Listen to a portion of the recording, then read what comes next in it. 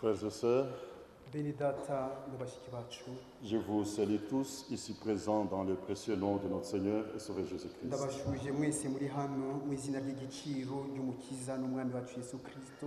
Et nous rendons grâce à Dieu pour cette grande opportunité qu'il nous accorde encore en ce jour kandi turashimira Imana uyu mwanya ukomeye w'umwihariko yemeye kutugezaho uyu munsi, car c'est lui qui a rendu cette réunion possible. kuko ari we watumye rino teraniro ribasha kubaho. Je salue aussi tous nos frères qui sont en ligne présentement dans différentes villes à travers le monde, ndasuhuza bene data bose ubu ngubu bari ku muyoboro w'itumanaho wa internet mu migi yose mu isi yose, qui participent avec nous à ces services. Plusieurs ont désiré prendre part à ces services. bifatanyije natwe kuri uyu murimo kuko aribo benshi bifuje gukurikirana iri teraniro. Que le Seigneur le bénisse tous au nom de Jésus-Christ. umwami nabaha umugisha mwese mu izina rya Yesu Kristo. Certainement, nous nous attendons à des riches bénédictions. nakabuza twiteze guhabwa imigisha ikungahaye cyane. Dieu est à l'œuvre. Imana iriho irakora, Il a commencé son œuvre. yatangiye umurimo wayo Bientôt, vuba aha ngaha et alors bientôt, rwose, vuba rwose il va achever igiye gusohoza ce qu'il a commencé. icyo umurimo wayo yatangiye. Dieu ne commence pas pour abandonner ou pour se fatiguer. Imana ntigitangira umurimo kugira ngo iwutererane cyangwa se irambirwe inanirwe. Alors Paul dit aux Philippiens, chapitre 1er, verset 6, nuko rero Pawulo arabwira ab'Ifilipi igice cya mbere umurongo wa 6, je suis persuadé ndemezwa neza nashidikanya yuko que celui qui a commencé en vous cette bonne œuvre yuko yatangiye umurimo mwiza, uwo murimo mwiza muri mwebwe la rendra parfaite au jour de Jésus-Christ. azawutunganya kubw'umunsi wa Yesu Kristo. Nous attendons ce grand jour, dutegereje uwo munsi ukomeye, ce jour glorieux wa munsi w'icyubahiro où le Seigneur lui-même achèvera son œuvre. ubwo umwami ubwe azasohoza umurimo we. Nous sommes réunis ici de différentes villes. duteraniye hano duturutse mu mirwa itandukanye. Les frères sont venus d'ici et là. bene data baje baturutse hirya no hino. D'abord pour ceux qui viennent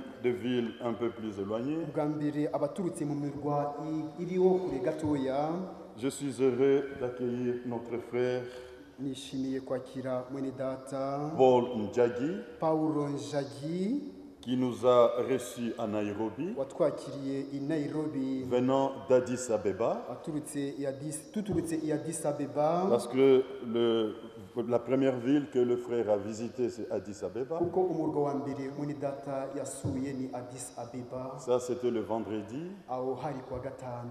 Et puis le samedi nous étions à Nairobi et c'est le frère Paul Njagi qui nous a reçus. kuwa gatandatu twageze i Nairobi kandi mwene data Paul Njagi niwe watwakiriye. Frère, je salue ta présence parmi nous. mwene data mwakiriye hagati yacu. Que Dieu te bénisse richement. Imana iguha cyane kuguhaze. Vous voyez qu'on interprète. nagira ngo bari kumusobanurira. Oui, oui. God bless you, brother. Imana iguha mwene data. D'autre part, nous avons, donc frère Njagi vient du Kenya, nous avons aussi des frères qui viennent du Burundi. mwene data Njagi niwo aturutse muri Kenya, dufite na bene data baturutse i Burundi. Oui, différents frères qui sont venus de Burundi, nous vous accueillons au nom du Seigneur bene Jésus-Christ. data batari bamwe baturutse i Burundi tubakiriye mu izina ry'umwami Yesu Kristo. Non seulement des frères, mais des sœurs aussi. ntabwo ari bene data bonyine gusa ahubwo n'abashiki bacu nabo. Vous êtes les bienvenus pour cette réunion. murakaza neza muri iri teraniro. C'est pas vraiment la réunion de Kigali, ntabwo ari iteraniro ry'i Kigali koko, c'est une réunion ni internationale. iteraniro mpuzamahanga. Alors, le frère du Burundi, vous pouvez vous nuko lever bene data b'i Burundi mushobora guhaguruka pour que nous puissions vous accueillir au nom de ngo Jésus-Christ. tubakire mu izina ry'umwami Yesu Kristo. Ceux qui sont venus du Burundi, abaturutse i Burundi voilà, il y a nos frères là-bas. hari bene data bari hariya. On aurait bien voulu connaître qui est qui, mais malheureusement, le temps ne nous le permet pas. kubamenya umwe wese ariko umwanya ntabwo utwemereye. Vous êtes les bienvenus, ils sont là, ils sont murakaza là-bas. neza, dore bari hariya na hariya. Il y en a encore de l'autre Hari côté. n'abandi. Non,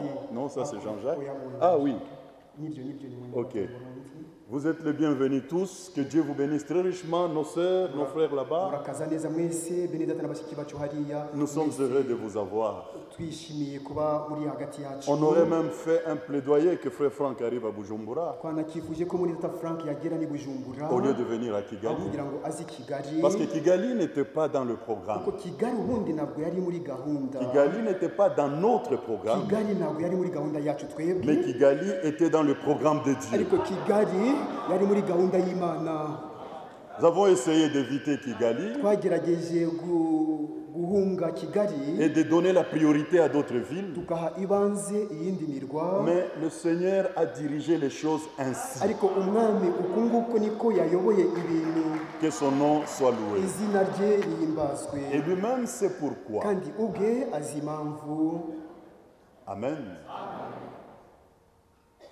À part le Burundi, uretse i Burundi est-ce qu'il y a des frères qui sont venus de l'Ouganda? Je crois que haba ari non. bene data baturutse Uganda, ngira ngo nabo, Parce que demain nous serons en Ouganda. Il y a aussi une grande réunion là-bas. ejo turaba turi muri Buganda kuko ariho iteraniro rikomeye. Dieu fait de grandes choses. Imana iriho irakora ibikomeye. Dieu a dit à son serviteur, Imana yabwiye umugaragu wayo lorsque son serviteur lui a dit, ils ont tout en abondance, ils ne m'écouteront ubwo pas. umugaragu wayo yavuze ati bafite ubutunzi bwinshi ntabwo bazanyumva. Dieu lui a dit, Imana yaramubwiye iti mon serviteur, mukozi wanjye umugaragu wanjye, le temps vient igihe kiraje où ils t'écouteront. aho bazakumva, Si une famine arrive kuko ari inzara igiye et tu gutera, seras au milieu du peuple, uzahagarara hagati y'abantu distribuant la nourriture. ugabura ibyo kurya. Ce qui se passe présentement en Ouganda ibiriho bikorwa ubu ngubu muri Uganda dépasse l'entendement humain. birengeje icyiyumviro cya muntu. Des groupes et des groupes de dénominations Ibiterane n'ibiterane by'abanyamadini associés aux frères du message bifatanije na bene data bo mu butumwa se sont engagés à sensibiliser des centaines des églises biyemeje gucengeza ingamba babwiriza amagana y'amatorero pour venir participer et écouter la parole du kugira Seigneur. ngo baze bifatanye bumve ijambo ry'umwami. C'est le temps de Ni Dieu. igihe cy'Imana. De la République démocratique du Aho Congo, muri Repubulika ya Congo nous avons présentement, ubu ngubu dufite, j'ai l'annonce de la présence de notre frère Julien Mbungu, namenyeshejwe ko muri data Julien Mbungu yaba ari hano, qui vient de la province du Bas-Congo. uturutse muri province ya Bakongo. Frère Julien, Muri data Julien, bien-aimé, que Dieu te bénisse très richement. mukundwa, Imana igukungahaze mu mugisha. Nous t'accueillons ici au nom de notre Seigneur et Sauveur Jésus-Christ. Twakiriye hano mu izina ry'umukiza wacu Yesu Kristo, Et tu es à la maison. kandi uri muhira. Je vois la distance que tu as faite, Ndabona urugendo wakoze, mais tu es à la maison. ariko uri muhira. Il y a aussi de la province du Katanga, Hariyo abaturutse no muri province y'Ikatanga, notre frère Hassani Modeste de Lubumbashi. muri data Asani Modeste w'i Lubumbashi. Bien-aimé, que Dieu te bénisse très richement. Mukundwa, Imana iguha cyane igukungahaze. Nous réalisons la distance, Tuzi urugendo wakoze, qu'il bénisse ta présence ici iguha umugisha kugera kwawe hagati et que yacu, son nom soit loué. kandi izina rye rihimbazwe. Lui qui a mis dans le cœur des hommes le désir de chercher sa we parole. washyize mu mitima y'abantu icyifuzo cyo gushaka ijambo ryayo. Oui. Nibyo.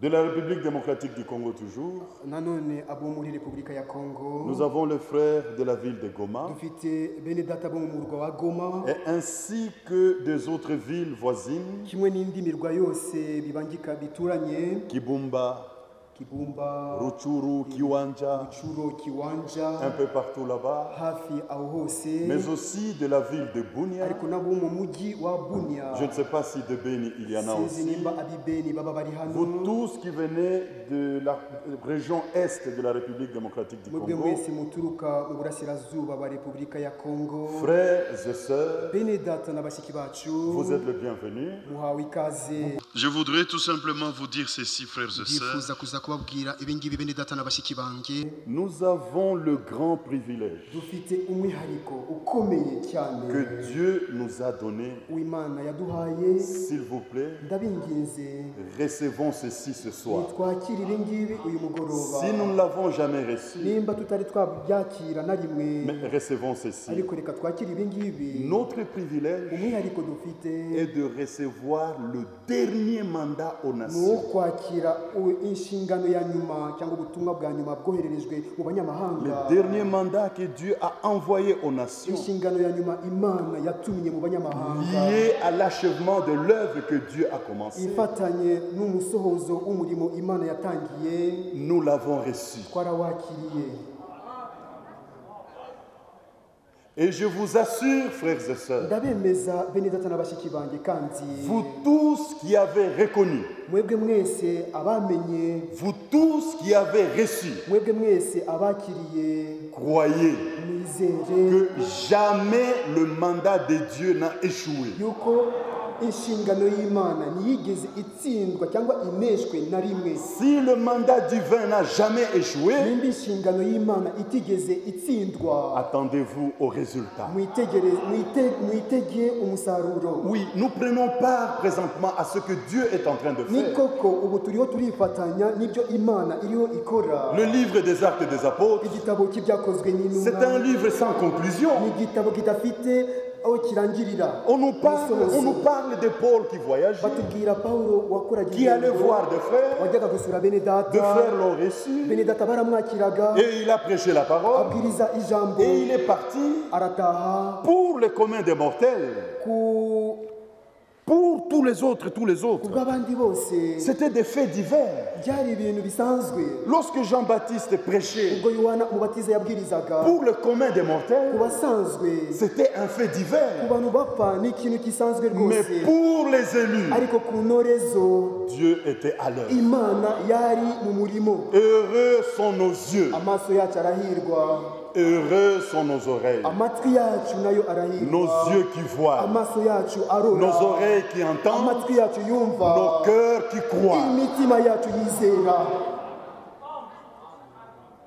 Et Élisabeth a pu dire, Elizabeti yabashije kuvuga ati heureuse celle qui a cru, ahirwa uwizeye, car les choses qui lui ont été dites kuko ibyo yabwiwe de la part du Seigneur biturutse ku mwami auront leur accomplissement. bizabona gusohora kwabyo. Tout ce qui nous est dit maintenant, ibyo tubwirwa byose tout ce qui nonaha, nous est proclamé ibyo maintenant, tubwirizwa byose ubu ngubu nous verrons son accomplissement. tuzabona gusohora kwabyo. Juste quelques écritures reka dusome ibyanditswe bike gusa pour encourager nos cœurs, kubwo gutera umwete imitima yacu, pour juste nous encourager à mettre notre confiance de plus en plus dans le Seigneur. dukomezwe kugira ngo turusheho kwiringira umwami birushijeho. Je dis que jamais un mandat divin n'a échoué. uze yuko nta na rimwe ntibyigeze bibaho yuko inshingano Imana yatanze yigeze Ce n'est ineshwa. pas cette dernière action qui échouera. ntabwo rero Non, ari uyu non. murimo wa nyuma uzatsindwa. Genèse chapitre 6, itangiriro ibice bitandatu verset 8. umurongo wa munani. Nous lisons vite quelques turasoma écritures. vuba ibyanditswe bikeya. Genèse chapitre 6, verset 8. itangiriro ibice bitandatu umurongo wa munani. Ce que l'Écriture nous dit. icyo ibyanditswe bitubwira. Mais Noé trouva grâce aux yeux du Seigneur. ariko Nowa agirira umugisha mu maso y'umwami. Quand le Seigneur décida de faire périr tout sur la terre, ubwo umwami yiyemeje kurimbura byose mu isi, Noé trouva grâce aux yeux de Dieu. Nowa agirirwa ubuntu mu maso y'Imana. Voyez-vous que nous avons trouvé grâce aux yeux de Dieu? mwizera yuko twagiriwe ubuntu mu maso y'Imana. Dieu nous a fait grâce. Imana yatugiriye ubuntu. Mais celui à qui Dieu a fait grâce, ariko uw'Imana yagiriye ubuntu il lui donne des instructions. imuha amabwiriza. Et nous lisons au verset 17, turasoma ku murongo wa 17. après qu'il ait donné des instructions à Noé, amaze guha Noha amabwiriza, le verset 17, umurongo wa 17. et moi je vais faire venir le déluge d'eau sur la terre nanjye nzazana umwuzure w'amazi mu isi, pour détruire toute chair ayant souffle de vie sous le ciel. ngurimbure ibifite umubiri byose birimo umwuka w'ubugingo. Tout ce qui est sur la terre périra. ibiri mu isi byose bizarimbuka. Verset 18. 18. Mais ariko j'établis mon alliance avec toi. ndakomeza isezerano ryanjye nawe. Voyez-vous qu'il a fait aussi alliance avec nous? murizera ko yakomeje Dieu est un Dieu d'alliance. Imana ni Imana y'isezerano. Il a fait alliance avec nous à Golgotha. yagiranye isezerano natwe i Golgotha. Le sang de l'agneau a coulé. amaraso y'umwana w'intama yaramenetse. C'est le prix de notre rachat. nicyo kiguzi cyo gucungurwa kwacu. Et je vous dis, croyez-le, ndababwira mu byizere nos péchés ibyaha byacu ont été ôtés. byakuweho. Que Dieu nous fasse grâce de le croire. Imana itugirire ubuntu kugira ngo tubyizere. Et que Satan ne nous le ravisse pas. satani ntakabitwambure. Le sang de l'agneau amaraso y'umwana w'intama n'a pas couvert nos péchés. ntiyatwikiriye ibyaha byacu. Le sang de l'agneau amaraso y'umwana a w'intama ôté nos péchés. yakuyeho ibyaha byacu. Et Dieu a pardonné. kandi Imana yarababariye. Alléluia. Il a dit, ce sang est le sang de la nouvelle alliance. yaravuze ati aya ni amaraso y'isezerano rishya. Alléluia. Répandu pour la rémission des péchés. yamenetse kugira ngo hababarirwe ibyaha. Mais j'établis mon alliance avec toi. ariko ngiranye isezerano nawe. Tu entreras dans l'arche, uzinjirane muri iyo nguge. toi, wowe tes fils, n'abana bawe ta femme, n'umugore wawe et les femmes de tes fils avec toi. n'abakazana bawe. Verset chapitre 7, mu bice birindwi verset 5. umurongo wa 5. Noé exécuta tout ce que le Seigneur avait ordonné. nowa akora byose uko uwiteka yabimutegetse. Noé n'a pas failli. nowe ntiyatsinzwe. Avec le mandat qu'il a reçu, ku bw'inshingano yakiriye il a exécuté tout ce que le Seigneur lui a demandé. yashoje ibyo umwami yamusabye gukora byose. Et le Seigneur qui a fait alliance avec lui kandi uwo mwami wagiranye isezerano est nawe resté fidèle. yakomeje kuba uwo gukiranuka. Verset 7. umurongo wa 7. Et Noé entra dans l'arche nuko nowa yinjirana muri iyo avec nguge ses fils, n'abana be sa femme n'umugore we et les femmes de ses fils n'abakazana be pour échapper au déluge, ngo arokoke umwuzure, aux eaux du déluge. amazi y'umwuzure. Dieu n'a pas failli dans ses promesses. Imana ntiyaneshejwe mu Dieu masezerano était yayo. avec Noé Imana yari et kumwe il na a Nowa accompli tout ce qu'il a dit à Noé. kandi yashoje ibyo yabwiye Nowa Genèse byose. chapitre 3. itangiriro mu bice bitatu. Dieu dit à Moïse, Imana ibwira Mose iti Exode chapitre kuva nako 3, kuva mu bice bitatu verset 11, umurongo wa 11 verset 10 directement. duhite tujya ku murongo wa 10. Maintenant, none va, je t'enverrai auprès de Pharaon. genda ndagutuma kuri Farawo Et tu feras sortir d'Égypte mon peuple, les enfants kandi d'Israël. uzasohora muri Egiputa ubwoko bwanjye bwa Isiraheli. Et dans le mandat que Moïse mu avait, nshingano Mose yari afite rero Exode 25, verset 40, kuva 25 umurongo wa 40. regarde reba et fais tout d'après les modèles qui t'est montré sur la montagne. ugire umwete wo ku Verset 40, Exode 25, verset 40. 25 umurongo wa 40. ugire umwete wo kubirema ukurikize icyitegererezo cyabyo werekewe kuri uyu musozi. Moïse avait le devoir de tout faire Mose yari afite inshingano yo gukora byose d'après le modèle qui lui était montré. ashingiye ku cyitegererezo yeretswe. Il devait rester fidèle à tout. yagombaga kuba uwizerwa muri byose. Mais nous lisons au chapitre 40, turasoma mu bice 40. Moïse a tout fait Mose yakoze byose d'après l'ordonnance du Seigneur. akurikije itegeko ry'umwami. Il a tout fait yakoze byose rwose comme le Seigneur le lui a ordonné. nk'uko umwami yamutegetse. Je prends juste le verset 18. reka mfate gusa umurongo wa 18. Moïse dressa le tabernacle, Mose ashinga rya hema, il en posa les bases, ashyiraho urufatiro, plaça les planches ashinga imbaho et les barres et éleva les colonnes. z'imiganda yago, azishyiraho imbumbe zazo. Verset 21, vite. 21 Il apporta l'arche dans le tabernacle. yinjiza iyo sanduku mu buturo. Il mit le voile de séparation. akinga umwenda wo gukingiriza Et il entr'ouvrit l'arche du témoignage awukingirisha isanduku y'ibihamya comme le Seigneur l'avait ordonné à Moïse. uko uwiteka yategetse Mose. verset 22, 22 il plaça la table dans la tente d'assignation, kandi ashyira ameza mu ihema ry'ibonaniro au côté septentrional mu ruhande du tabernacle. rw'ubwo buturo rw'ibumoso. Verset 23, 23 et il déposa en ordre les pains ayiterekaho imitsima imbere y'Uwiteka, devant le Seigneur, imbere y'Uwiteka comme le Seigneur l'avait ordonné à Moïse. nk'uko Uwiteka yategetse Mose. Verset 25, 25 et il en arrangea les lampes agishyiraho amatabaza devant le Seigneur, imbere y'Uwiteka comme le Seigneur l'avait ordonné à Moïse. uko Uwiteka yategetse Mose. Verset 27, 27 et il lui fit brûler le parfum odoriférant, acyoserezaho umubavu w'ikivange comme le Seigneur l'avait ordonné à Moïse. uko Uwiteka yategetse Mose. Ce dont nous avons besoin aujourd'hui, icyo dukeneye uyu munsi ce ne sont pas des grands chefs des églises. ntabwo ari abatware bakomeye b'amatorero, Ce ne sont pas des gens qui s'amènent avec leur propre mandat. ntabwo ari abantu baza bafite inshingano zabo bwite. Nous avons besoin des hommes fidèles dukeneye abagabo bizerwa qui proclameront la parole bazabwiriza ijambo sans compromis, nta kudohora, comme le Seigneur l'a ordonné. nk'uko umwami yabitegetse. Alléluia.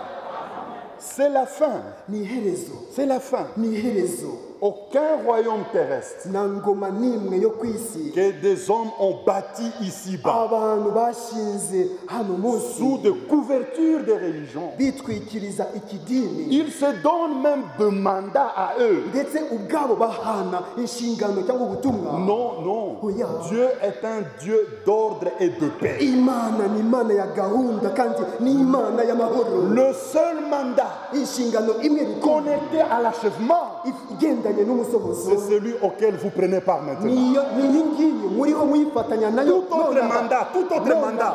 iyindi nshingano yose Oubliez. bagirwe. Vous avez peur de dire Amen? mufite ubwoba bwo kuvuga amina. Moi, je n'ai pas peur de dire la parole de Dieu. yesu mfite ubwoba bwo kuvuga ijambo ry'Imana. Tout autre mandat parallèle, izindi nshingano zose zibangikanye oubliez ça. mubyibagirwe.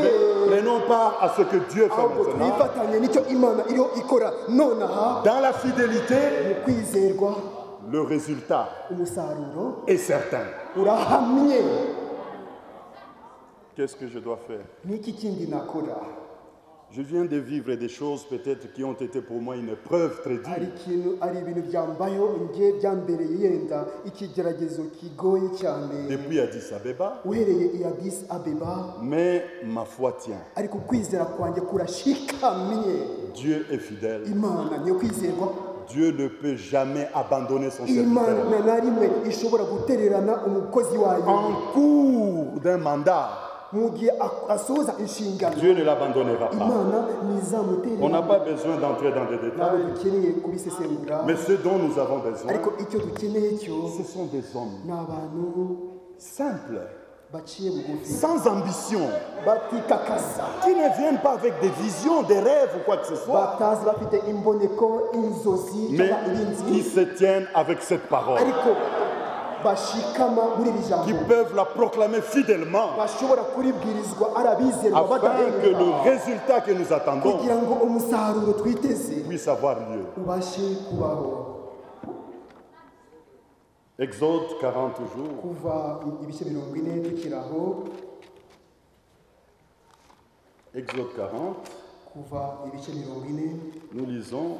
turasoma Comme Moïse a tout fait d'après l'ordre que le Seigneur lui a ordonné. nk'uko Mose yakoze byose ashingiye ku itegeko umwami yamuhaye. Verset 34 murongo wa 34 du chapitre 40, ibice Exode. 40 mu kuva. Alors la nuée couvrit la tente d'assignation. maze cya gicu gitwikira ihema Et la gloire ry'ibonaniro, du Seigneur remplit le tabernacle. ubwiza bw'Uwiteka burabagirana bwuzura ubwo buturo. Imaginez-vous que les choses allaient être ainsi si Moïse n'avait pas respecté la parole. muyibaze se ibintu byari kumera bityo iyo Mose ataza kutubahiriza ngo yumvire ijambo. Chers frères dans le ministère, bakundwa bene data mukora Chers umurimo w'Imana, collègues, inshuti, parce que nous travaillons ensemble, nous sommes ouvriers avec Dieu. kuko dukorana hamwe dukorana n'Imana. Qu'est-ce que je dois dire dans une telle réunion? niki kindi navuga mu iteraniro nyiri ngiri?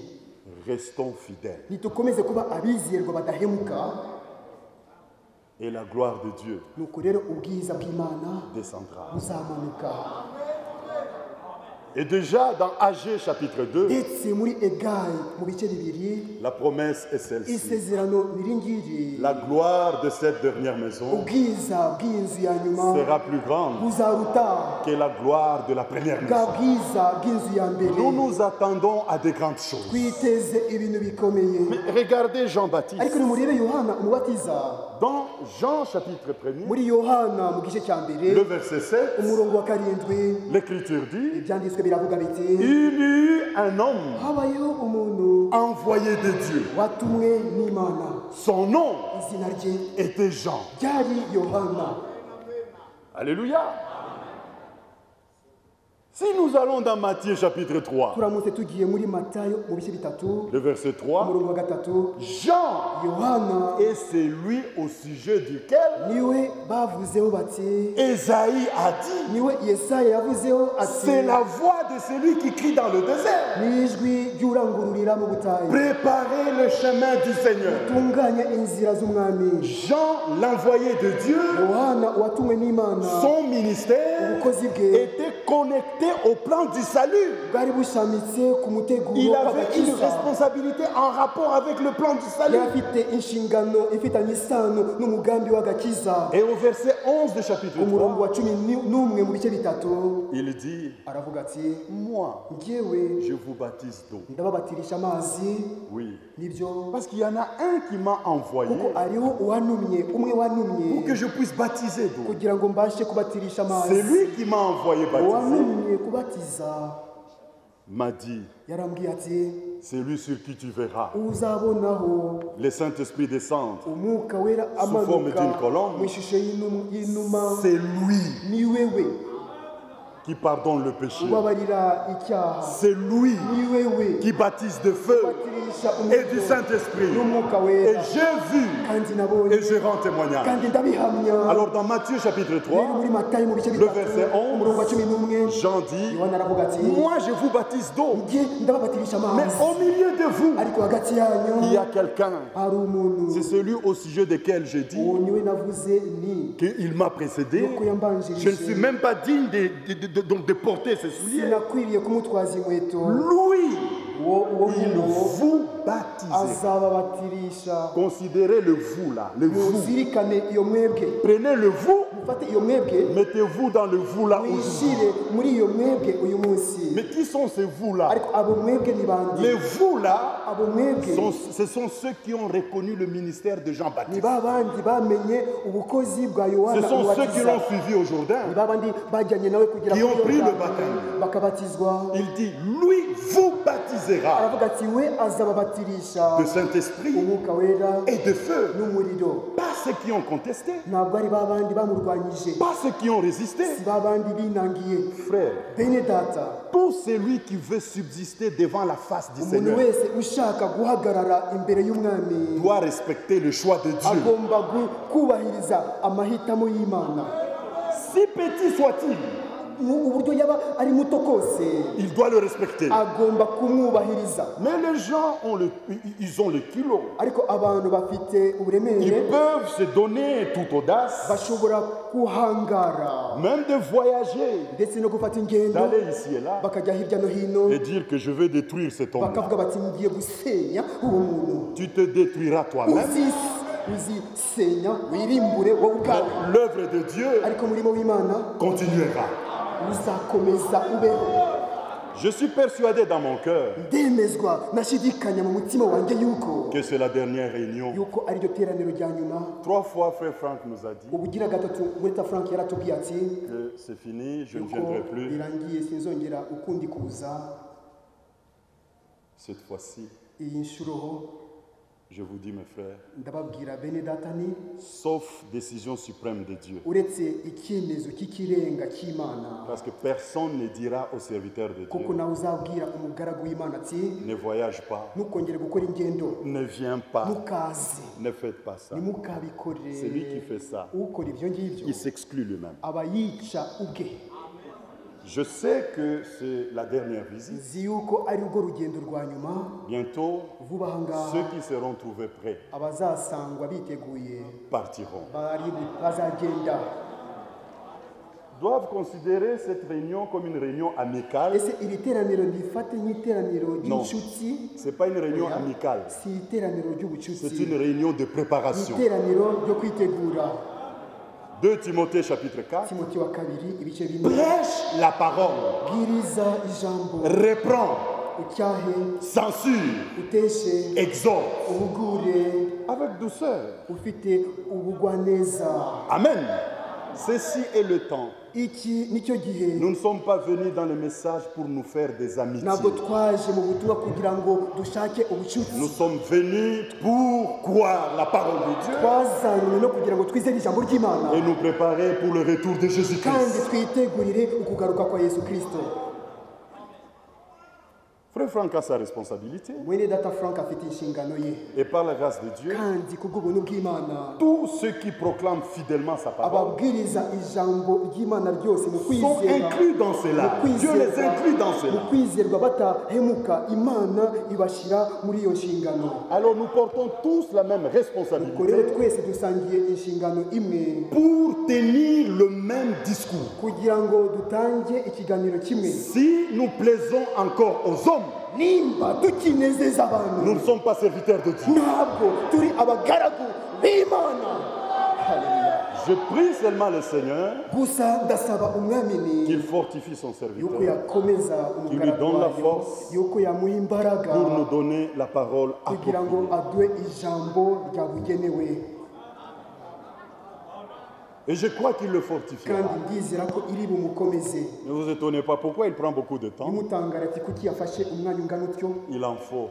Birakwiriye. Oui, il en faut. Le frère n'a plus besoin de très longs Mwene sermons. data nagikeneye ibibwirizwa bitinda cyane. Mais je voudrais seulement terminer en vous disant Gusa ceci. nshaka kurangiza mbabwira ni Frères bien-aimés, bene data bakundwa, le privilège que nous avons, umwihariko dufite c'est d'avoir part au dernier mandat. ni ukugira umugabane ku inshingano ya nyuma. N'attendez pas qu'il y aura des hommes spéciaux Ntimugategereze ko azaza abantu badasanzwe ou que frère Branham cyangwa ressuscitera ko mwene Branham azazuka ou quelqu'un se lèvera avec des visions ou des cyangwa rêves aza umuntu ari umuntu et dira uzavuga que Dieu m'a encore envoyé. afite inzozi n'imboneko N'attendez plus cet homme-là. avuge ati Imana yantumye. Ntimugategereze umbene uwo muntu, Attendez le Seigneur qui va achever. mutegereze umwami uzasohoza. Amen. Quelle est notre part dans cela? Umugabane wacu muri ibyo ni uwuhe? Tite, chapitre 2, Tito ibice bibiri versets 6 umurongo wa et 7. gatandatu wa karindwi. Je termine pour que frère Paul vienne Ndarangiza ici. kugira ngo mwita Pawulo aze hano. Chacun a sa Buri responsabilité wese afite inshingano ye et chacun fait sa part kandi buri wese arakora uruhare rwe, et Dieu fait la sienne. kandi Imana nayo igakora uruhare rwayo. Tite, Tito chapitre 2, ibice bibiri versets 6 et 7. umurongo wa gatandatu n'uwa karindwi. Directement le verset 7. Duhite tujya ku murongo wa Tite, karindwi. chapitre 2, verset 7. Tito ibice bibiri umurongo wa karindwi. Te montrant toi-même à tous égards Wiyerekana muri byose wowe ubwawe un modèle de bonnes œuvres. nk'icyitegererezo cy'imirimo myiza, S'il vous plaît. ndabinginze, Et donnant un enseignement pur. kandi mu iyigisha ryawe utange inyigisho iboneye, Digne. ikwiriye, Une parole saine. ijambo rizima Irréprochable. ritariho umugayo. Alléluia. La parole doit être proclamée Ijambo rigomba kubwirizwa dans sa pureté. mu kubonerana kwaryo. La proclamation de la parole doit être Kubwiriza ijambo bigomba kuba saine. ibyera. La proclamation de la parole doit être, Ibwirizwa ry'ijambo rigomba kuba, s'il vous plaît, ndabinginze, irréprochable. ritagira umugayo. Non, pourquoi le frère dit tout ça? Kuki mwene data avuga ibyo byose? Si ce qu'il dit c'est la parole, Nimba ibyo avuga ari ijambo, croyez et dites Amen. mwizere kandi muvuge amina.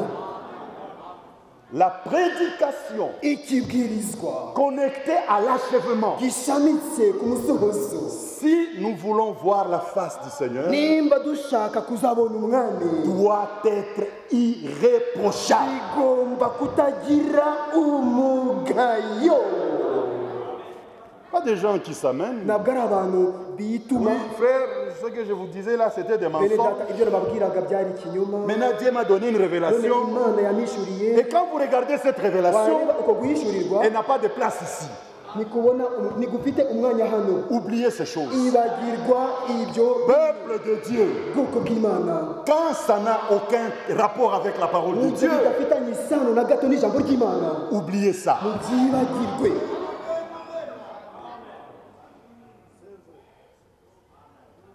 Dans Éphésiens, Mu Befeso. pourquoi je dis ici, j'insiste sur ce que tu as dit, Niki gituma mvuga hano gashimangira ibyo que la prédication doit être irréprochable. ikibwirizwa kigomba kuzira umugayo. C'est parce que nous-mêmes, Nuko twebwe bwacu nous devons être présentés au Seigneur tugomba kuzashyirwa umwami étant irréprochables. tutariho umugayo.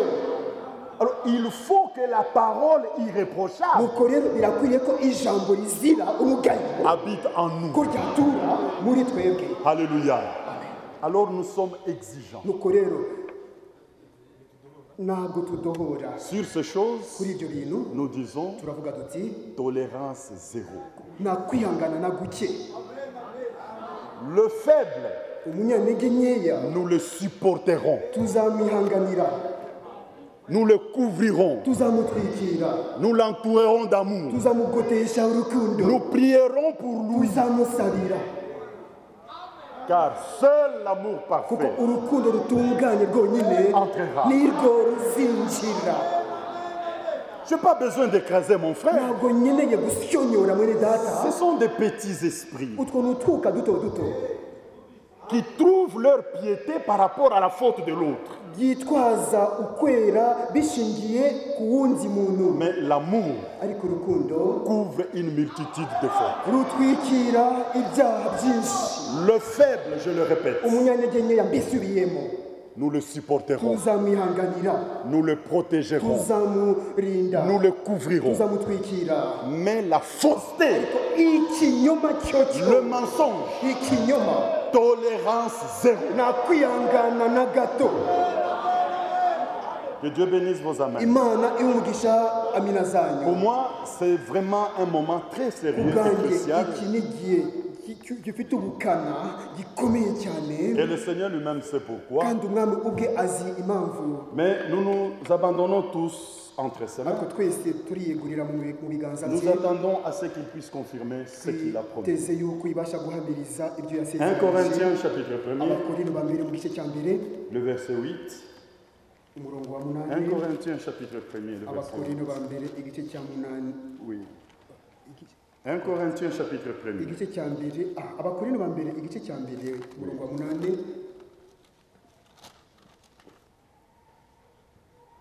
On peut commencer au verset 5. Twahera ku murongo wa gatanu.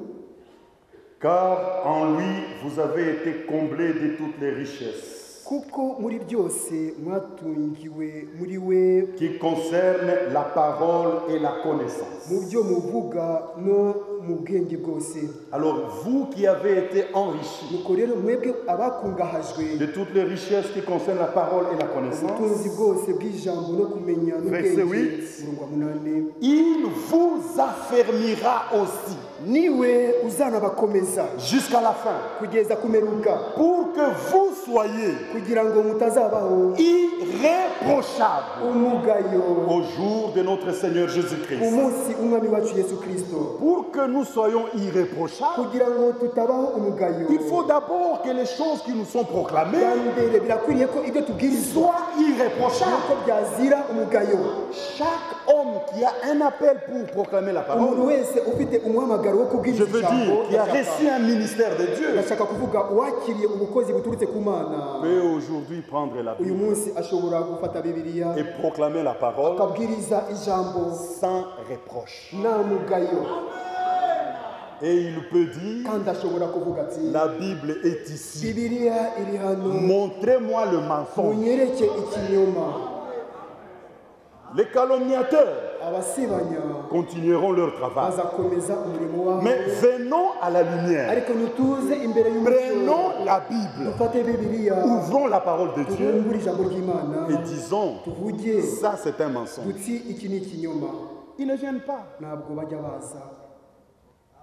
Le temps est vraiment très avancé. Rwose igihe kirakuze cyane. Ce que j'ai vécu Ibyambayeho me permet de dire, binyemereye kuvuga ce n'est plus le temps de blaguer. ntibikiri igihe cy'imigaryo, Ce n'est plus le temps de suivre un homme. ntibikiri igihe cyo kujya inyuma Non, y'umuntu. non. Oya, Suivons le Seigneur Jésus-Christ. dukurikire umwami Yesu Kristo. Dans chaque assemblée locale, Muri buri teraniro ry'akarere, Dieu a établi des hommes Imana yashinzemo abantu capables de s'occuper du troupeau. bashoboye kwita ku mukumbi. Personne n'a le droit de quitter Kigali, Nta muntu ufite uburenganzira bwo kuva i Kigali aller à Ruengeri ajye mu Ruhengeri ou à Gisenyi cyangwa ku pour dire qu'il Gisenyi va arranger les problèmes. avuge yuko agiye gukemura C'est ibibazo. faux, c'est antichrist. Ni ibinyoma, ibyo ni bya antikristo. Frère, Bene data, je prends cette responsabilité mfashe iyi nshingano parce qu'on ne peut pas se voiler les faces. kuko ntabwo wakwihisha mu maso. Le temps est très avancé. Igihe kirakuze cyane. Frère Franck n'a pas le droit d'entrer dans des problèmes locaux. Mwene data Frank nta burenganzira afite bwo kwinjira Ne mu lui bibazo écrivez pas vos by'akarere. problèmes locaux. Ntimukamwandikire ibibazo byanyu Il n'a pas ce by'uturere. temps-là. Uwo mwanya nawe afite. Il a son mandat. Afite inshingano ye. Mais vous, dans vos églises locales, Ariko mwebwe mu matorero y'uturere prenez la parole, mufate ijambo, appliquez la parole. mushyire mu bikorwa ijambo. Ce ministère de téléphone, c'est quel Ubwo ministère? bukozi bwo kuri telefone ni bukozi iki? Oh frère, ici encore on commence ceci. Mwene data hano nanone bongeye gutangira ibi ngibi. Prenez la parole. Mufate ijambo. Il y a tout ici. Byose birimo hano. Et que toutes les églises Kandi amatorero yose vivent en paix, nabe mu mahoro. dans l'attente du retour de Jésus-Christ. Bagitegereje kugaruka k'umwami Yesu Kristo.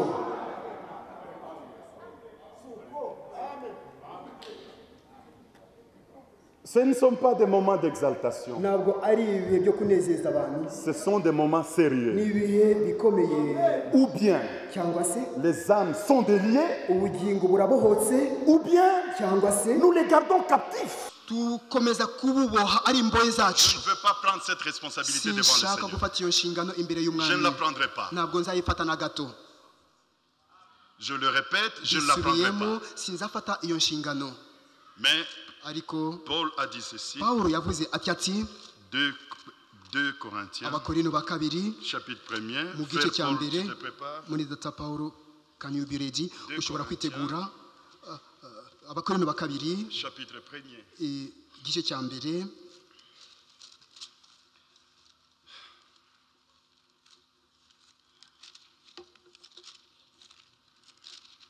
Je sais que c'est dur, nzi yuko bikomeye, mais Dieu prendra soin du ariko reste. Imana izita ku bisigaye byo.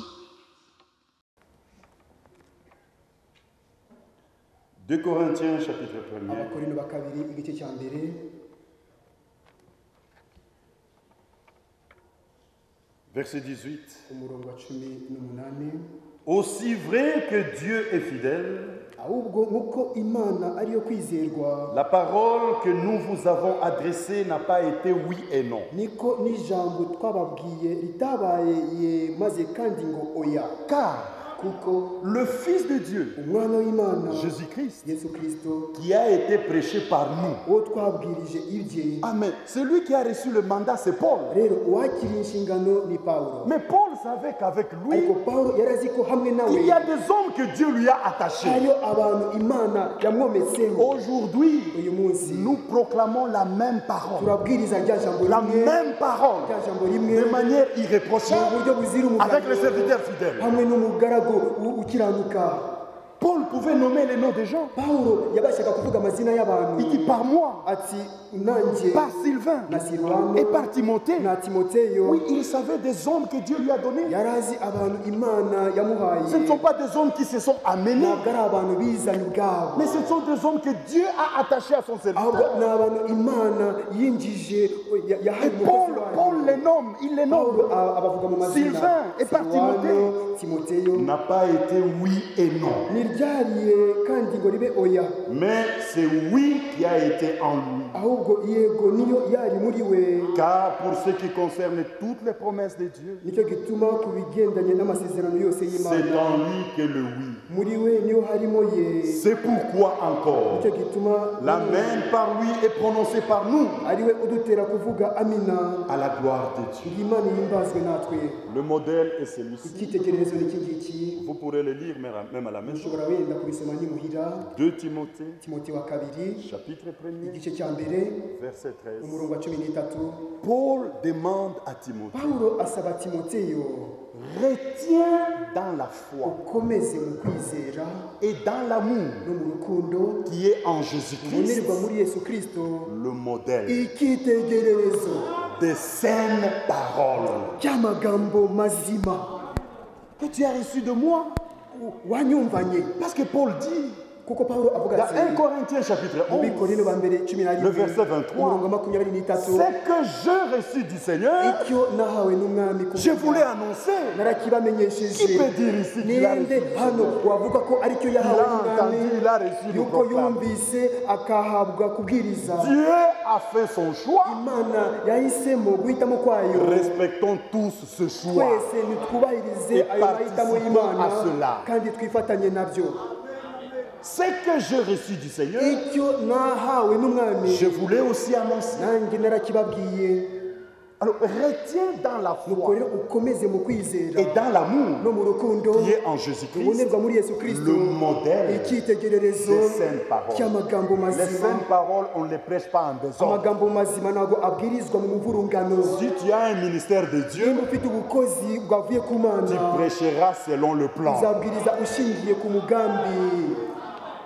Le chapitre 2, Mu bice bibiri verset 1er. umurongo wa mbere, Toi, mon enfant, wowe mwana wanjye fortifie-toi wikomeze dans la grâce mu buntu qui est en Jésus-Christ. bubonerwa muri Yesu Kristo. Et ce que tu as entendu de moi, Ibyo wanyumvanye toi, Timothée, wowe Timoteyo, confie-le ubibwirize à des hommes fidèles, abagabo bizerwa capables bashoboye de le proclamer aux autres. kubibwiriza abanzi.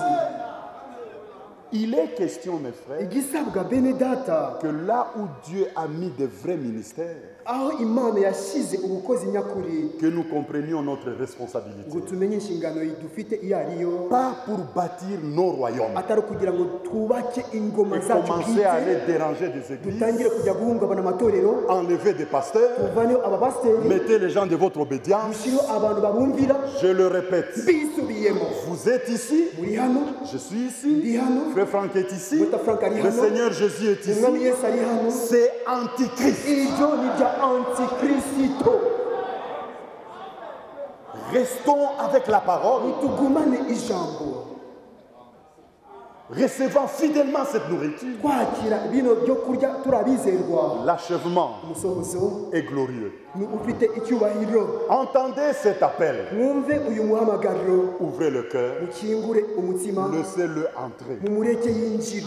Parce qu'il dit, Kuko aravuga ati, si quelqu'un entend ma voix umuntu niyumva ijwi ryanjye et qu'il ouvre la porte, agakingura umuryango, j'entrerai chez lui. zinjira iwe Et je vais souper avec lui. kandi zasangira nawe ifunguro Voulez-vous ry'umugoroba. être à la table des hommes Mushaka kwicara ku meza y'abantu ou à la table de Christ? cyangwa ku meza ya Kristo? Si vous voulez être à la table de Christ, Nimba mushatse kwicara ku meza ya Kristo, entendez sa voix. nimwumve ijwi rye, Ouvrez, mukingure, laissez-le entrer. mumureke yinjire. Mais si vous fermez, Ariko nimukinga il n'entrera ntabwo pas. azinjira. Mais ce jour-là, Ariko urya munsi celles qui seront prêtes abazaba biteguye entreront bazinjira, et les portes seront fermées. nuko imiryango izakingwa. Plus tard, Nyuma les folles sont venues. abasazi baraje Elles ont frappé. barakomanze. Quand elles ont frappé, Ubwo bakomangaga c'était trop tard. byari imitagihe. Aujourd'hui, Uyu munsi ce n'est pas encore tard. ntibiraba imitagihe. Aujourd'hui, Uyu munsi le temps de la grâce court igihe encore. cy'ubuntu kiracyariho. Aujourd'hui, Uyu munsi Dieu appelle. Imana iracyahamagara. Aujourd'hui, Uyu munsi Dieu pardonne. Imana irababarira. Aujourd'hui, Uyu munsi Dieu sauve. Imana irakiza. Aujourd'hui, Dieu guérit. Imana irakiza. Dieu fortifie. Imana irakomeza. Dieu ramène. Imana iragarura. C'est le temps de la grâce. n'igihe cy'ubuntu C'est le jour du ni salut. umunsi w'agakiza On peut faire encore de vraies expériences. umuntu ashobora guhabwa ubuzima bw'ukuri Je le répète, bisubiyemo il n'est pas encore trop tard. ntibiraba imitagihe Mais ce jour-là, ariko urya munsi l'Écriture dit, ibyanditswe biravuga biti Matthieu 25, matayo 25 verset 11, umurongo wa 11 plus tard, nyuma je ne souhaite pas être là. ntabwo nifuza kuzaba ndaho ngaho Je crois que tous nous ne voulons pas être bizera là. ko twese nawe ushaka kuzaba ari aho ngaho Alors aujourd'hui, nuko rero uyu munsi ouvrons, dukingure laissons-le entrer. tumureke yinjire Cette parole, iri jambo recevons-la dans la fidélité turyakire mu kwizerwa et nous verrons de grandes choses. tuzabona ibikomeye rero Que Dieu vous bénisse imana richement. ibahe umugisha cyane La chorale va se tenir debout. korari reka ihaguruke Je sais comment je gère les nzi programmes. uburyo gahunda ndimo Il y kuyigenga en a qui viennent hariho encore. bamwe bakiza Il ne faut pas que frère Franck monte ici. si byiza ko Il muza termine Frank et il y a encore azamuke des gens qui viennent. yarangiza C'est un jour ouvrable. noneho akaba ari abantu bari kuza mu C'est un munsi jour ouvrable. ubohotse Et mlizi twauliza Yesu atakujali asubuhi ya Sayuni ni karibu tuambi msafiri ainue yakoangalia asubuhi ni karibu usimame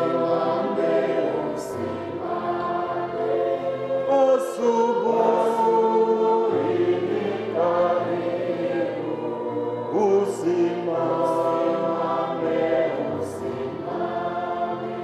siku heri ya sabato ya milele ni karibu na dalili yake Yesu hapo itaonekana na rohoni tunapata nchi nzuri ya ahadi. Asubuhi ni karibu na ahadi yatimizwa. Asubuhi ni karibu na ahadi yatimizwa. Katika Yerusalemu mji mpya wa mbinguni, Yesu akatumiliki kwa upendo na baragumu italia, nasi tutaisikia.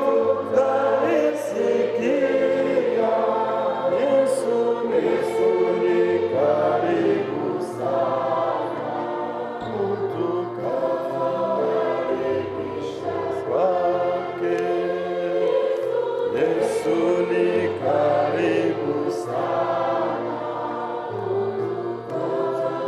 kutukaribisha kwake. I greet you all in the name of the Lord Jesus Christ. Je vous salue tous dans le précieux nom de notre Seigneur Jésus-Christ. ndabashuje mwese mu izina ry'umwami n'umukiza wacu yesu kirisito ry'igiciro Are you all fine in the Lord? Vous êtes tous très bien dans le Seigneur. ese muguwe neza mu mwami mwese Do you love Him? Est-ce que vous l'aimez tous? ese muramukunda mwese Do you love His coming? Est-ce que vous aimez son retour? ese mukunze kugaruka kwe Are you preparing for it? Est-ce que vous êtes préparés pour cela? ese murabyiteguriye God bless you. Que Dieu vous bénisse. imana ibamugisha I bring you greetings from Nairobi.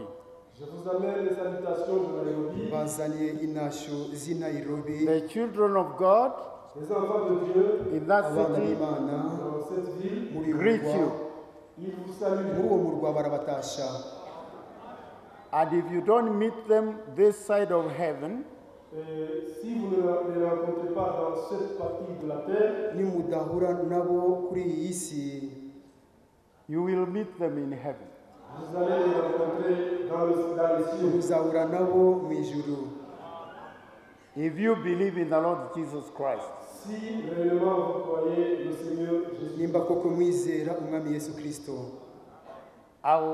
I'll just read one or two scriptures, Ndasoma gusa yenda icyanditswe kimwe cyangwa bibiri, and then we can pray. Et puis nous allons prier. hanyuma turi busenge. But just before I read the scripture, Mais avant que je ne lise les Écritures, ariko mbere yuko nasoma ibyanditswe, when Brother Frank and Brother Dio arrived in Nairobi, pendant que le frère Franck et le frère Dio arrivaient à Nairobi, mu gihe muri Frank na muri Tadeho bageraga i Nairobi, and we sat down, three of us, et que nous trois nous sommes mis assis, nuko twicaye ko turi batatu. Brother Frank told us, me and Brother Dio, le frère Franck nous a dit, moi et frère Dio, muri Frank yaratubwiye ngewe na muri Tadeho, you brothers, vous, les frères, mwebwe bene data, your time has come. votre temps est arrivé. igihe cyanyu kirashyitse. Your time is now. Votre temps, c'est maintenant. Igihe cyanyu ni iki ngiki. Brother Frank cannot continue to come.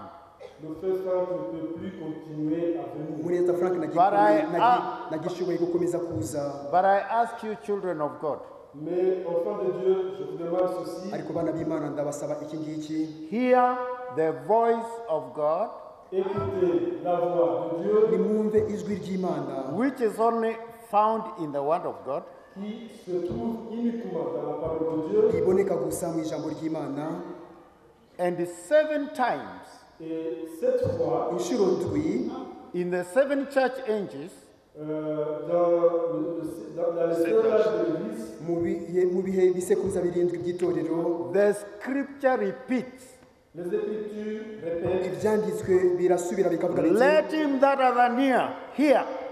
que celui qui a des oreilles entende ufite amatwi niyumve What the Spirit says unto the churches.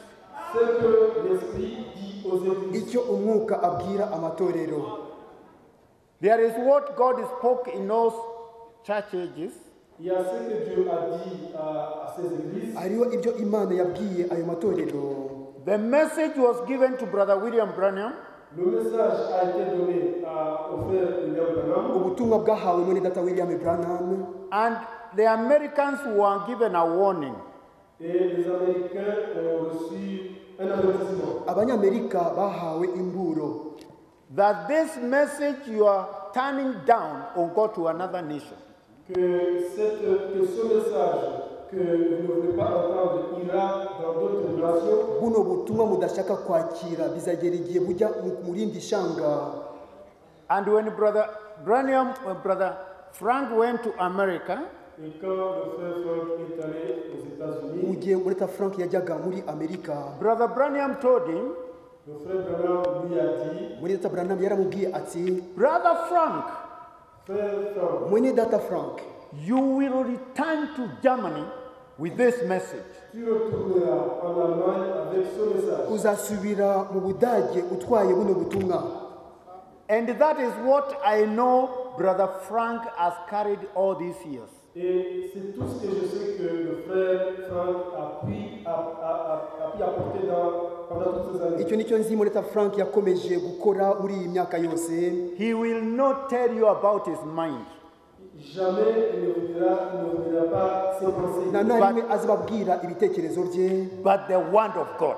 Mais il vous dira toujours la parole de Dieu. ahubwo azahora ababwira ijambo ry'Imana. I have grown from a young man Il dit qu'il a grandi depuis son âge d'enfance. ati yakuze kuva mu buto bwe, and my hair is white now. Maintenant, il a des cheveux blancs. none umutwe wanjye umaze kuzana imvi. I've known Brother Frank for 40 years. Il dit qu'il a connu frère Frank il y a de cela 40 ans. ati namenye mureta Frank ubu ashize imyaka 40. And for those 40 years, Et pendant toutes ces 40 années, muri iyo myaka 40 yose I have been helped in the Word of God. j'ai été secouru dans la parole de Dieu. nakomeje gutabarwa mu ijambo ry'Imana. That is the thing that you need in yourself. C'est tout ce que vous avez besoin en vous. Ibyo nibyo mukeneye gusa muri mwebwe. For in the beginning was the Word was with God, and the Word is God. Car au commencement était la parole était en Dieu et Dieu était dans la parole. Mbere na mbere hariho ijambo, kandi ijambo yari kumwe n'Imana, kandi ijambo yari Imana. May God bless you. Que Dieu bénisse. Imana Now ibamugisha. read Matthew chapter 23. Dusome Matayo ibice 23. Nous allons lire dans Matthew chapter 23, Matthieu chapitre 23, Matayo ibice 23 verse 34. le verset 34. umurongo wa 34. Just the first part of it. La première partie de ce verset. Dusome gusa igice cyawo cya mbere cy'uyu murongo. It says, wherefore, C'est pourquoi, Haravugwa ngo behold, I send unto you prophets voici, and wise men. voici, je vous envoie des prophètes, des sages, nuko rero kubw'ibyo ngiye kubatumaho abahanuzi n'abanyabwenge. Prophets les prophètes and Abahanuzi wise men. et des sages. n'abanyabwenge. And when you get home, you can read what people do to them. Quand vous arriverez à la maison, vous allez lire ce que les gens font d'eux-mêmes. Nimusubire muhira muri busome icyo abantu bikora ubwabo. And in John chapter 6, Dans Jean chapitre 6, Muri Yohana mu bice 6, the Gospel of John chapter 6 and verse 28. John 6, la bonne nouvelle, l'évangile de Jean chapitre 6, ubutumwa bwiza bwa Yohana mu bice 6, verse 28. le verset 28, umurongo wa 28. John 6, Yohana 5, Jean 6, Yohana verse 5, 28. le verset 28. umurongo wa 28. Then said they unto him, Il lui dit, que devons-nous faire? Baramubaza bati tugire dute? what shall we do Que devons-nous faire that we might work the works of God? pour accomplir les œuvres de Dieu? Tugire dute ngo dukore imirimo y'Imana? And listen to what Jesus Christ answered. Écoutez maintenant ce que le Seigneur Jésus a répondu, Mwumve none icyo umwami Yesu yashubije. a donné comme réponse. Jesus answered, verse 29, Le verset 29, 29. Jésus a donné comme réponse. Yesu yatanze igisubizo. Jesus answered and said unto them, Jésus leur répondit, Yesu arabasubiza ati, this is the work of God, l'œuvre de Dieu, c'est umurimo w'Imana nguyu, that you believe on him whom he has sent. ce que vous croyez en lui, en celui qu'il a envoyé. nuko mwizera uwo yatumye. Amen. And we can continue to read. Vous pouvez continuer à lire et continuer à lire. Wakomeza ugasoma The key ugasoma. word there is sent ones. La parole clé, c'est ce que lui a envoyé. Ijambo pfundo ni wa wundi we yatumye. When a man is sent of God, Quand il y a un homme envoyé de Dieu, Igihe hari umuntu watumwe n'Imana, please j'en supplie, receive ndabinginze him. il faut le recevoir. ndabinginze mu Because- mwakire. Because when you receive him, Parce que quand vous le recevez, Kuko iyo mumwakiriye, you are connected with heaven. là, vous êtes connecté avec le ciel. icyo gihe ugirana isano n'ijuru. Christ said, Christ a dit, Kristo yaravuze talking to his disciples, quand il s'adressait à ses disciples, ubwo yabwiraga abigishwa as be my Father sent me, comme mon Père m'a envoyé, ati nk'uko data yantumye, I'm also sending you the same way. je vous envoie aussi de la même manière. nanjye niko mbatumye. And remember, Et souvenez-vous, Kandi mwibuke, when God sends a man, quand Dieu envoie un iyo homme, it is a iyo blessing. Imana itumye umuntu, It is a blessing to the people that man is sent to. c'est une bénédiction au peuple à qui le Seigneur envoie cet homme. n'umugisha ku bantu umwami yatumyeho uwo muntu. So when you receive him, Maintenant, quand vous le recevez, rero mu gihe you mumwakiriye receive the one who sent him. vous recevez celui qui l'a envoyé. uba wakiriye Do you uwamutumye. understand that? Est-ce que vous comprenez ese cela? ibi murabyumva? Then you must prove who is sent of God and who is not sent of God. Maintenant, il faut éprouver qui a été envoyé par Dieu, qui n'a pas été envoyé par Dieu. rero ugomba kugerageza ukamenya uwatumwe n'imana n'utaratumwe n'imana uwo ari we. Very, very important. Très, très important. Ibyo ni iby'ingenzi cyane cyane. Anyone that had listened to Brother Frank give his testimony, anyone N'importe qui. anyone that has listened to Brother Frank giving his testimony, Quelqu'un qui aurait entendu Frère Franck donner son témoignage, Umuntu wese waba warumvise muri God said to him, ubuhamya, God said to him, Dieu lui a dit, Imana yaramubwiye iti I will send you. je t'enverrai. nzagutuma. That is enough. Ibyo birahagije. That is enough. That is enough. Ibyo birahagije. May God bless you. Imana Let's ibamugisha. pray. Reka Let's dusenge. pray. Reka dusenge. And please, whatever need you have, Peu importe la requête que vous avez, ndabinginze icyifuzo mwaba mufite uko cyaba kiri kose, we are gathered here in the name of the Lord Jesus Christ. nous sommes rassemblés ici dans le nom de notre Seigneur Jésus-Christ. duteraniye hano mu izina ry'umwami wacu Yesu Kristo, And He has promised where 2 or 3 are gathered, Et il a promis que là où 2 ou 3 sont réunis, kandi yasezeranyije ati aho babiri cyangwa batatu bazaba bateraniye He will be there. il sera avec eux. azaba ari kumwe nabo. Touching what we pray, agree and pray, Quand nous tenons fermement ce que nous demandons, mu gihe dukomeje ibyo dusabye, He will do it. nous croyons fermement qu'il le fera. turizera ko That is the promise of tudashidikanya ko God. azabikora. La promesse de Dieu. Iri ni isezerano ry'Imana. And you are all gathered here in His name. Vous êtes tous réunis ici Nuko en son nom. nuko rero mwese muteraniye hano mu izina rye. So as we pray, Maintenant, quand nous allons Mu prier, gihe rero turi busenge none, you claim that promise. il faut réclamer cette promesse mukwiye kwishyuza iryo sezerano For God to help you prepare for His coming. pour que le Seigneur vous prépare à son retour. ngo umwami abategurire kugaruka kwe, For God to help you. Pour que le Seigneur vous assiste, kugira ngo For God Imana to heal ibafashe, you. pour que le Seigneur vous guérisse, ngo Imana For God to ibakize, bless you with whatever. pour que le Seigneur vous bénisse. kugira ngo umwami abahe umugisha. He's a good God. C'est un Dieu véritable, Ni Imana, Very ni good Imana un nziza, très bon Dieu. ni Imana And He nziza loves cyane, you. Et il vous aime. kandi And He gave irabakunda, His Son to you. Et il vous a donné son Fils. kandi yabatangiye umwana What wawe. else can He not give you? Quoi d'autre il ne peut pas vous donner? Ni iki kindi yabima? We pray. Nous allons prier. Reka dusenge. Our dear Heavenly Father, Père Céleste, Mukundwa data wo mu ijuru, in the name of Thy Son, the Lord Jesus Christ. dans le nom de ton Fils et le Seigneur Jésus-Christ, mu izina ry'umwana wawe umwana Your Yesu children Kristo, are gathered here to hear Your word. tes enfants sont réunis ici pour écouter ta parole. abana bawe bateraniye hano kumva ijambo ryawe. Let Your grace be upon us all. Puisse tes bénédictions être au-dessus de nous. Emera imigisha yawe ibe ejuru yacu. Let them hear the word that already Brother Dale has shared with them.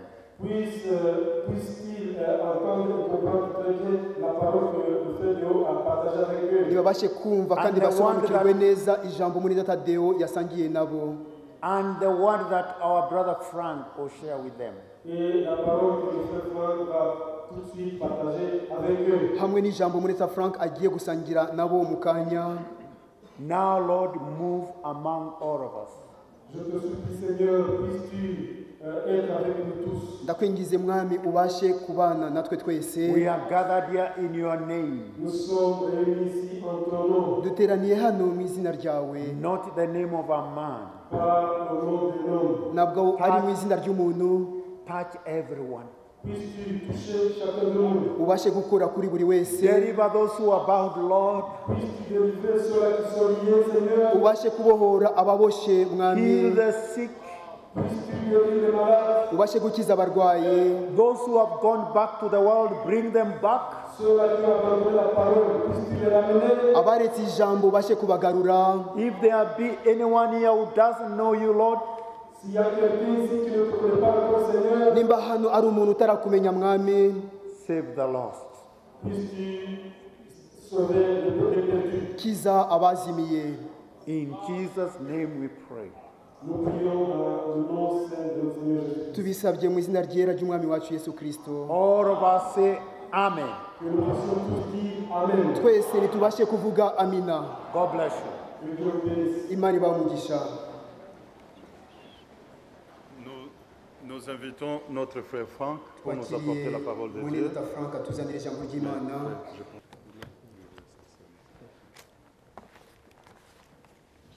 I greet you all in the precious name of Jesus Christ. Je vous salue tous dans le précieux nom de notre Seigneur Jésus-Christ. Mbashuje mwese mu izina ry'igiciro ry'umwami wacu Yesu Kristo. To be honest, I don't need to say anything anymore. Pour être honnête, je ne voudrais pas dire quoi que ce soit de plus. Kugira ngo ngire ukuri nta kindi nshaka kuvuga kirushijeho. Brother Deo has already shared the whole plan of salvation with us. Le frère Déo a partagé avec nous tout le plan de salut. Mwene data Deo amaze kufatanya natwe umugambi wose w'agakiza. It is absolutely wonderful to know the time we're living in. C'est vraiment très merveilleux de connaître le temps dans lequel nous vivons, Birahebuje rwose kumenya igihe tubamo icyo ari cyo. To know the promised word of God for this day. de connaître la parole promise de Dieu pour ce moment, Kumenya ijambo ry'Imana ryasezeranijwe kino gihe. And to have part in what God is doing right now. et d'avoir part dans ce que le Seigneur est en train de faire maintenant. No kugira umugabane mu byo umwami ariyo akora ubu ngubu. First, God makes promises. Premièrement, Dieu fait des promesses. Bwa mbere Imana ibanza gutanga amasezerano. And when the time comes, He fulfills what He promised. Et quand le temps arrive, il accomplit ce qu'il a promis. None iyo igihe kigeze isohoza icyo yasezeranije. And in 2 Corinthians chapter 1 we read, Dans 2 Corinthiens chapitre 1, nous allons lire Mu Bikorino ba kabiri igice cya mbere turasoma that all the promises of God que toutes les promesses de Dieu yuko amasezerano yose y'Imana are yea and amen by Christ through us. sont oui et amen par Christ en nous. ari yego kandi amina ku bwa Kristo muri twebwe. In Galatians chapter 4 verse 28 we read, Dans Galates chapitre 4, le verset 28, nous lisons Mu Bagalatiya ibice 4 umurongo wa 28 turasoma duti ye are the children of promise as Isaac was. vous êtes les enfants de la promesse comme Isaac était. namwe muri abana b'isezerano nuko Isaka yarari. The children of promise believe the word of promise. Les enfants de la promesse croient la parole de la promesse. Abana b'isezerano bizera ijambo ry'isezerano And they receive the spirit of promise. Et ils reçoivent l'esprit de la promesse. kandi bakira umwuka w'isezerano And they believe every word of God. Et ils croient chaque parole de Dieu. kandi bizera buri jambo ryose ry'Imana. Abraham believed God. Abraham a cru Dieu. Aburahamu yizeye Imana. Only if you have a promise, C'est uniquement quand vous avez une promesse Ni mu gihe gusa mufite isezerano you can have faith. que vous pouvez avoir la foi. nibwo mubasha kugira ukwizera. True faith anchors into the promises of God. La véritable foi s'ancre dans la parole.